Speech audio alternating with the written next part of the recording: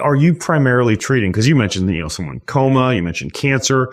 Are you mostly treating people who want to go from good to great, or do you work more with sick people? I would say 90% of the people who come to us are very sick with all kinds of problems that they have gone through their providers, tried everything else.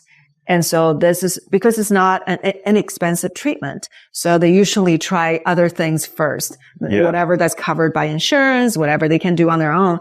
But then things were not getting better. When I walked in here, there was a guy named Eddie. He's still standing in the room right now, but he's holding Tamara. You probably can't see him. He said he couldn't walk when he came in to see you. No, he obviously can because he's standing there. What'd you do?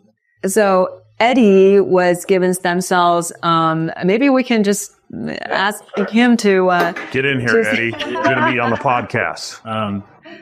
Essentially, I had an injury and basically just smashed the bottom of my feet, crushed them up.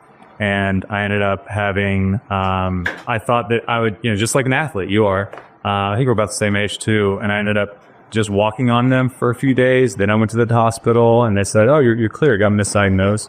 And then I thought, okay, well, I'm just going to be in pain for the rest of my life. I thought that for 9 months until I got the stem cells, and I got them from Joy's source, and that's how we met. And then she ended up, 2 months later, I was able to go, like from 9 months and not being able to think I'd be able to go hiking or anything like that, I was able to go dancing and walking, or I guess whatever, the Burning Man across the whole entire playa. So that was, a mile and a half, 3 miles or something like that in a day.